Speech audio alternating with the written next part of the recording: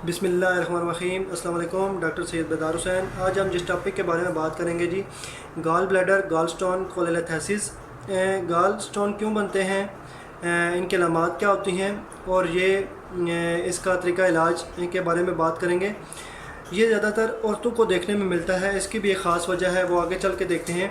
Gall bladder हमारे एक GIT का पार्ट है। ये दाएं तरफ, दाएं पसली के नीचे जिगर के साथ मौजूद होता है और ये पीयर शेप आर्गन है। डार्क ग्रीन इसका कलर होता है, 7 से 10 सेंटीमीटर इसकी लंबाई होती है। ये बाइल को अपने अंदर स्टोर रखता है। 50 ml बाइल को स्टोर रखने की ये सलाहियत रखता है।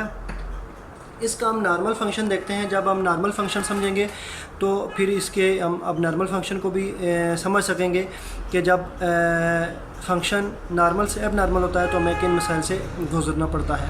तो बाइल एक अल्कलाइन फ्लूइड होता है जो जिगर के सेल्स खारिज करते हैं। जब जिगर हमारा ये बाइल बनाता है तो वो स्टोर होने के लिए हमारे गॉल ब्लैडर के पास पित्ते में आता है और वहाँ पे स्टोर होता है। जो जिगर हमें बाइल बना के देता है वो कोई ख़ास किस्म का नहीं होता, वो डाइल्यूटेड किस्म का होता है, पुअर क्वालिटी का होता है। तो वो जब पित्ते में आता है तो पित्ते के सेल इसको कंसंट्रेट करते हैं और रिफ़ाइन करके इसको मज़ीद बेहतर बनाते हैं। तो जब ये बाइल होता है, जो ये बाइल होता है इसमें कुछ केमिकल मौजूद होते हैं, कुछ मादे मौजूद होते हैं। उसमें वाटर होता है, बाइल साल्ट, बाइल एसिड होता है, बाइल पिगमेंट होता है, बिलिरुबिन होता है और कोलेस्ट्रॉल होता है। तो ये पित्ते में रिफ़ाइन होता है और ये सारे मादे ख़ास मिक़दार में तहलील होते हैं। अगर किसी वजह से इनकी मिक़दार ज़्यादा हो जाए और ये सही तौर पे तहलील ना हो, कोलेस्ट्रॉल की ज़्यादती हो जाए, कोलेस्ट्रॉल ज़्यादा बढ़ना शुरू हो जाए जो कि मुकम्मल तौर पे मिक्स नहीं होता और फिर वहाँ पे ये डिपॉज़िट होना शुरू हो जाता है, तो पित्ते की पथरी बनती है। ज़्यादातर हमें कोलेस्ट्रॉल के स्टोन मिलते हैं। एक वजह ये होती है। दूसरी वजह जो बाइल एसिड होता है, बाइल साल्ट, जो इन सारे मादों को तहलील करने में मददगार साबित होता है। अगर वो किसी वजह से कम मिक़दार में बनता है या इनको सही तहलील नहीं करता भी तो स्टोन बनता है। और फिर देखने में आता है कि जो गॉल ब्लैडर की सिस्ट डक्ट होती है, अगर वो ब्लॉक हो जाती है या CBD common bile duct block हो जाती है तो ये सक्रीशन सारी पित्ते में जमा होना शुरू हो जाती है और पथरी बन जाती है। तो ये इसका एक नॉर्मल फंक्शन है। ये इसका एक नॉर्मल फंक्शन होता है। तो गॉल ब्लैडर में जो है ना, बाज़ दफ़ा उसकी इन्फ्लेमेशन हो जाती है जिसको हम कोलिसिस्टेटिस बोलते हैं। और जब वो सेकंड स्टेज में जाती है, पथरी बनना शुरू हो जाती है, तो फिर हम इसको कोलेस्थेसिस बोलते हैं। कोली का जो लफ्ज़ है ना वो बाइल के लिए यूज़ होता है, बाइल के लिए। और सिस्ट का मतलब जो होता है थैली नुमा कोई चीज़, पाउच नुमा जो ना चीज़ या प्याला नुमा चीज़ जिसके अंदर लिक्विड आ जाता है, उसको हम सिस्ट बोलते हैं। ये किसी और आर्गन के लिए भी इस्तेमाल हो सकती है या आर्गन के अलावा भी अगर किसी जगह सिस्ट होती है तो हम उसको सिस्ट बोलते हैं। रीनल सिस्ट, ओवेरियन सिस्ट, जिसमें फ्लूइड नुमा चीज़ आ जाती है और उनमें पानी हो जाता है, उसको सिस्ट बोलते हैं। तो कोली सिस्टेटस जो है ना, इन्फ्लेमेशन कोली बाइल के लिए, सिस्ट वो थैली नुमा चीज़ होती है, प्याला नुमा चीज़, और टाइटस का मतलब जहाँ पे लगती है वहाँ पे इन्फ्लेमेशन। और फिर जो है ना, ये इन्फ्लेमेशन जब स्टोन की शक्ल में जाती है तो हम इसको बोलते हैं कोलेस्थेसिस। कोली बाइल के लिए और लेस्थेसिस जो है ना, फिर हम उसको पथरी के लिए इस्तेमाल करते हैं, तो कोलेस्थेसिस। इसके अलावा जो है ना, ये हमें कोलेस्ट्रॉल की पथरी में देखने को मिलती है। स्टोन की 2 टाइप्स होती हैं, कोलेस्ट्रॉल स्टोन और पिगमेंट स्टोन। तो पिगमेंट स्टोन फिर फर्दर 2 उसकी टाइप्स होती हैं, ब्लैक स्टोन और ब्राउन स्टोन। लेकिन हम यहाँ पे सिर्फ कोलेस्ट्रॉल को जो है ना, स्टोन को डिस्कस करेंगे क्योंकि 80 to 90% यही देखने में मिलती है।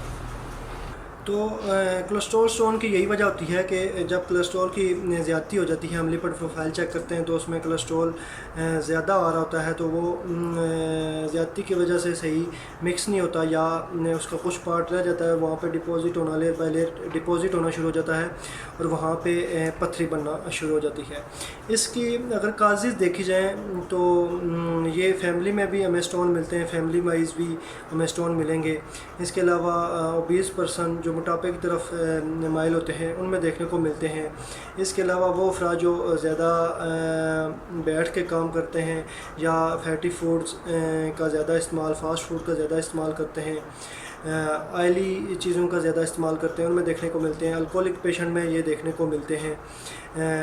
इसके अलावा ये औरतों में ज़्यादा देखने को मिलते हैं, उसकी भी ख़ास वजह है। इससे पहले हम देखते हैं कि ये जो है ना अलामात, इसकी अलामात क्या होती हैं।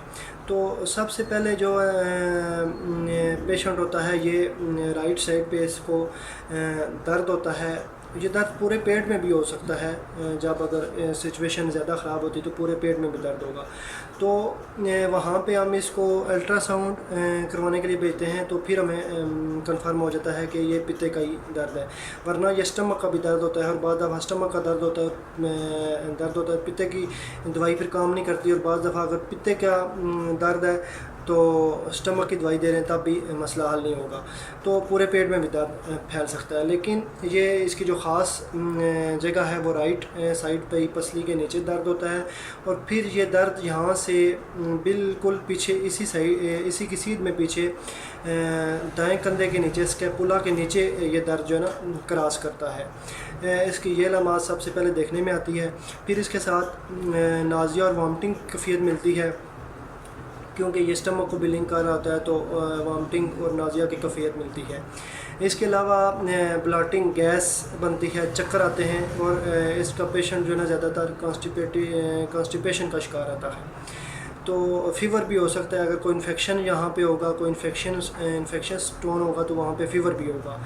तो अगर इन अलामात के साथ हमें पेशेंट मिलता है तो हम उसको समझेंगे कि गॉल स्टोन है। फर्दर हम उसका फिर अल्ट्रासाउंड कराते हैं, LFT कराते हैं, तो हमें कंफर्म होगा। अगर फिर ये अल्ट्रासाउंड में नहीं आता तो फिर फर्दर हम H. pylori वगैरह टेस्ट करा के मैदे की तरफ देख सकते हैं कि आया कि कोई स्टमक का मसला तो नहीं है। तो ये औरतों में होता है। तो इसके लिए एक फार्मूला है कि 5F अगर हम देखते हैं, हमें मिलते हैं, तो इसकी भी कंफर्मेशन पक्की होती है। पहला F जो है फ़ीमेल से रिलेटेड है, यानी अगर औरत हो। दूसरा F जो है ना फैटी, यानी अगर उसमें मोटापा है तो भी स्टोन हो सकता है। तीसरा F 40, यानी एज अगर उसके 40 के करीब है, 40 के करीब अगर एज है, तो हमें ये 50 to 60% कंफर्म हो जाता है कि ये स्टोन है, अगर 3 F मिलते हैं। अगर इसके साथ चौथा F मिलता है फर्टाइल, यानी औरत बांझपन नहीं होती, या वो फर्टाइल की एज में होती है, और या फिर उसके जो है ना अगर 40 से अबव एज है तब भी उसकी कोई ना कोई औलाद होगी, वो बांझ नहीं होगी। तो अगर ये चौथा F मिलता है तो मज़ीद कंफर्म हो जाएगा। और अगर पाँचवा F हमें मिलता है फेयर, यानी अगर उसका स्ट्रक्चर, उसकी रंगत फेयर होगी, तो ये फिर हमें 80 to 90% कंफर्मेशन हो जाती है कि ये स्टोन का ही केस है। फिर फर्दर हम उसका टेस्ट भी करवा सकते हैं। लेकिन अगर ये हमें 3 F भी मिल जाते हैं, ये क्योंकि औरतों में ज़्यादा होता है तो ये 5F का फार्मूला है।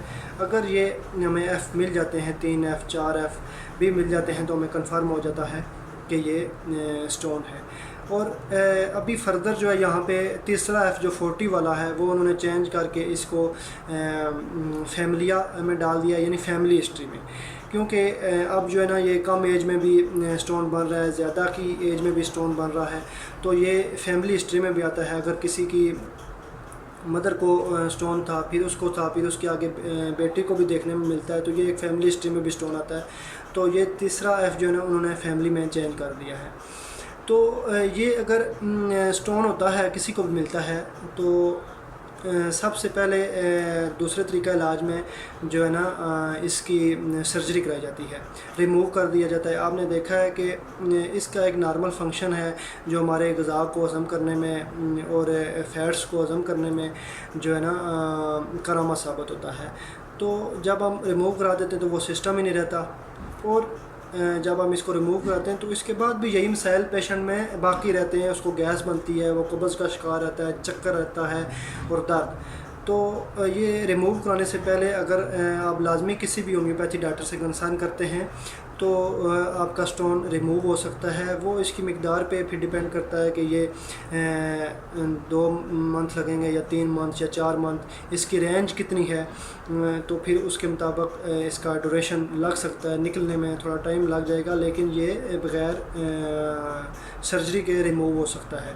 इसलिए सर्जरी मत कराएं, क्योंकि बाद में भी वही तकलीफ़ात रहती हैं। तो ये फ़ीमेल में जो है ना स्टोन ज़्यादा बनते हैं, उसकी ख़ास वजह यह है कि फ़ीमेल में जो है ना एस्ट्रोजन लेवल जो है ना हाई होता है। तो जो हमारा बाइल एसिड्स हैं, बाइल साल्ट है, जो इन सब मादों को, बाकी मादों को भी तहलील करने में मददगार साबित होता है। तो वो एस्ट्रोजन लेवल हाई होने की वजह से बाइल साल्ट जो है ना कंप्रेस्ड हो जाता है, वो दब जाता है। वो मिकदार में कम बनता है। तो जब वो मिकदार में कम बनता है तो वो चीज़ों को मुकम्मल तौर पे इन सब मादों को तहलील नहीं कर सकता। जो बाइल साल्ट जब सप्रेस्ड हो जाता है एस्ट्रोजन हार्मोन की वजह से, तो वो फिर इन सब को मुकम्मल तौर पे तहलील नहीं कर सकता। इसकी वजह से वहाँ पे कोलेस्ट्रॉल जो है ना डिपॉज़िट होना शुरू हो जाता है। वो ज़्यादा मिकदार में बनता है, जबकि वो सही मिक्स नहीं होता और वहाँ पे डिपॉज़िट होना शुरू हो जाता है, तो वहाँ पे स्टोन बनता है। इसलिए जो ना ये फ़ीमेल में इसकी टेंडेंसी ज़्यादा मिलती है। तो ये बाद दफ़ा और 20 पेशेंट में ज़्यादा मिलता है। इसके अलावा फैमिली हिस्ट्री और इसके अलावा जो है ना देखने में एक चीज़ आई है कि बाज़ औरतें जो 40 क्रॉस करती हैं, 50-60 एज क्रॉस करती हैं, तो उनको ये स्टोन होता है। तो उस वक्त एक बड़ा मसला ये होता है कि उनकी सर्जरी भी नहीं हो सकती। तो दूसरे जो डॉक्टर होते हैं वो कहते हैं कि अब एज ज़्यादा हो गई है, जिसकी वजह से हम सर्जरी भी नहीं करवा सकते। तो अगर होम्योपैथिक ट्रीटमेंट दी जाए तो वो स्टोन उस वक्त भी उनका रिमूव हो जाता है। तो अब हम बात करेंगे होम्योपैथिक ट्रीटमेंट के हवाले से कि होम्योपैथिक में कौन सी ऐसी मेडिसिन है जो स्टोन को रिमूव करने की सलाहियत रखती हैं। सबसे पहले हम काजेटिव फैक्टर भी देखेंगे, और इसमें एक काज और होती है टाइफाइड। अगर किसी की हिस्ट्री में हमें टाइफाइड मिलता है तो ज़्यादातर स्टोन उन लोगों को बनता है। जब हम स्टोन के पेशेंट देखते हैं तो उसमें होता यह है कि वो टाइफाइड होता है। टाइफाइड बैक्टीरिया जो है सिट इन गॉल ब्लैडर, वो गॉल ब्लैडर में जाके बैठ जाता है। आपने देखे होंगे कि हर मरीज़ है उसको टाइफाइड हुआ है, अब साल उसको टाइफाइड हो रहा है, क्योंकि वो बैक्टीरिया पूरी तरह रिमूव नहीं हो जाता और वहाँ पे गॉल ब्लैडर में जो है ना सप्रेस्ड हो जाता है, वहाँ जाके बैठ जाता है, छुप जाता है, और फिर हर साल वो टाइफाइड होता है। और वो ये करते हैं कि फिर आखिर में पित्ता रिमूव कर देते हैं। तो इसकी एक रीज़न टाइफाइड बैक्टीरिया भी है। तो हमने काज देखनी होगी, उसकी अलामात देखनी होंगी, उसके ऊपर हम मेडिसिन सेलेक्ट करेंगे। तो हम होम्योपैथिक मेडिसिन देखते हैं। तो होम्योपैथिक मेडिसिन GIT का ये मसाइल है। तो इसमें नक्स वोमिका जो है हमारी मेडिसिन है, जो ज़्यादा बैठ के लोग काम करते हैं, जो फास्ट फूड खाते हैं, उसमें नक्स वोमिका है। कलकेरिया कार्ब हमारी कॉन्स्टिट्यूशनल रेमेडी है, जो कि ओबीज़ पर्सन में आएंगे।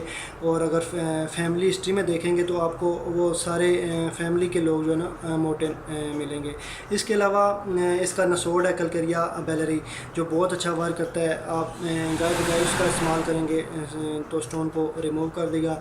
सरकोड हमारे पास क्लोस्ट्रिनम है, जो स्टोन को रिमूव करने के लिए बेहतरीन वर्क करेगा। इसके अलावा फैल्टोरी है, जो कि बैल के उस गॉल ब्लैडर से बना जाती है, तो वो उसके लिए काम करेगी। इसके अलावा बर्बरस वल्गरस है, अगर गॉल स्टोन है, पित्ते का दर्द है, तो फौरी रिलीफ के लिए हम वो यूज़ कर सकते हैं। यहाँ पे हमारी जो बहुत बड़ी रेमेडी है चेलिडोनियम, हमारे जिगर और पित्ते दोनों पे काम करेगी, क्योंकि उसका दर्द फ्रंट से बैक क्रॉस करता है। तो हमारी चेलिडोनियम रेमेडी बहुत अच्छा वर्क करेगी। इसके अलावा कोई मियाज़मेटिक का रीज़न मिलती है तो हम उसको भी देखेंगे। अगर टाइफाइड बैक्टीरिया हमें मिलता है, उसकी हिस्ट्री में टाइफाइड मिलता है, तो हम टाइफोडिनम को भी इस्तेमाल करेंगे। चैना हमारी जो है ना स्टोन के लिए बहुत बड़ी रेमेडी है। पूरे पेट में आपको गैसेस मिलेंगी, ब्लॉटिंग मिलेगी। लैको हमारी बहुत अच्छी मेडिसन है जो गैस्ट्रिक रीजन पे भी काम करेगी। लोअर एब्डामिन गैस उसमें आपको मिलेगी, तो लैको भी आप इस्तेमाल कर सकते हैं। च्यवनथस है जो हमारी मेडिसन है, वो बहुत अच्छा वर्क करती है। इसके अलावा क्लोस्ट्रिनम और दीगर अद्वियात बहुत अच्छा वर्क करती हैं। तो ये स्टोन जो है ना होम्योपैथिक मेडिसिन से रिमूव हो जाता है, और बहुत से क्लिनिकली केस ऐसे हैं जिनमें अल्हम्दुलिल्लाह स्टोन रिमूव हुआ है और हो जाता है easily. Thank you very much.